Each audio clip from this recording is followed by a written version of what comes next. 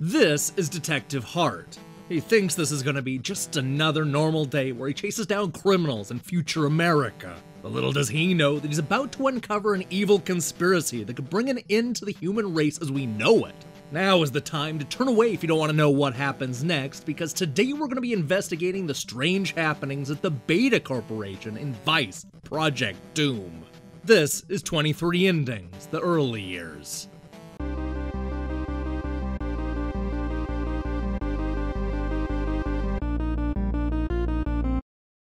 It all starts normal enough. There's a maniac on the loose in Area D on Route 246, and Hart is the first on the scene. Instead of finding the usual gang members and vigilantes, he discovers a body of what appears to be some sort of monster. His fingers were twisted and looked more like claws than a human hand. There was also this gun on the scene that didn't look like anything Hart had ever seen before. Something is definitely not right here, so he calls for backup and has fellow Vice agent Christie send the body to forensic for a full test. As it turns out, Christie is not the only woman in Hart's life. After he gets done fighting through the city, the detective comes face to face with Sophia, who claims to know Christie. Now, before Hart has a chance to verify who she is, Sophia starts to explain what they found on the monster's body. Apparently there's this substance they're calling the stuff that has been linked to this guy named Kimron, which sends our hero to the Chinatown district. Hey, remember that gun they picked up at the initial crime scene? Well, it turns out to be a military-issued weapon, and the dirt they found on his shoe appears to be native to South Central America. Christie suggests heading down to a small town named Ricardo to further the investigation, which is exactly what Hart does. It's here where he ends up fighting through the caves, past the forest, and even up this waterfall. And if that wasn't enough, Hart also goes on a first-person shooting spree in this factory. It all ends with him fighting some weird tank thing that looks like the Starship Enterprise with wheels. Now, he eventually locates a man named Reeves, who Hart thought died in a previous mission. His face is completely covered with circuitry and computer parts, suggesting that somebody with a lot of money and resources has been using him to test their horrible experiments. Reeves can barely construct a sentence, but does reveal that whoever did this to him also abducted the girl, because that's just what happens in an 8-bit action game. So which girl was captured? Well, we don't know, but Hart doesn't seem all that concerned. I mean, even when he tracks down one of the people responsible for the abduction, he completely fails to ask who was taken. Was it Christie, Sophia, some other new girl we haven't even met yet? Thankfully, this question is answered when Hart stumbles across Sophia.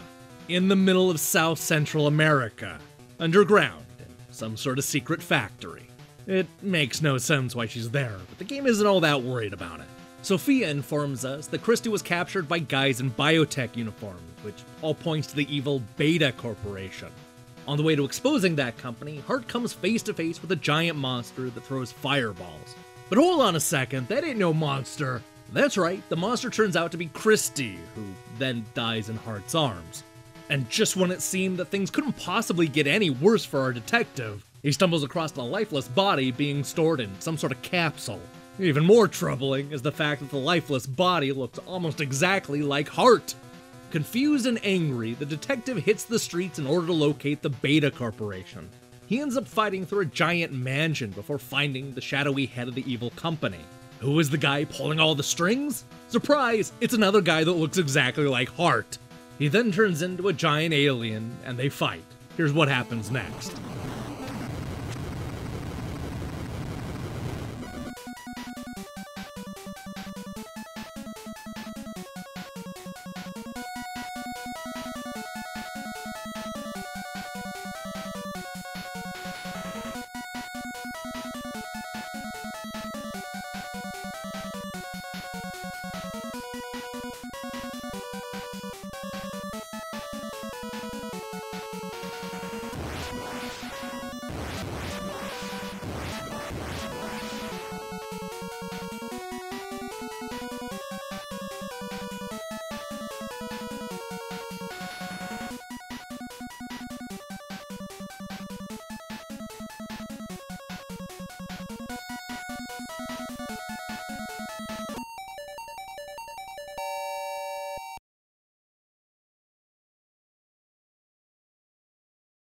Well, that was an ominous ending.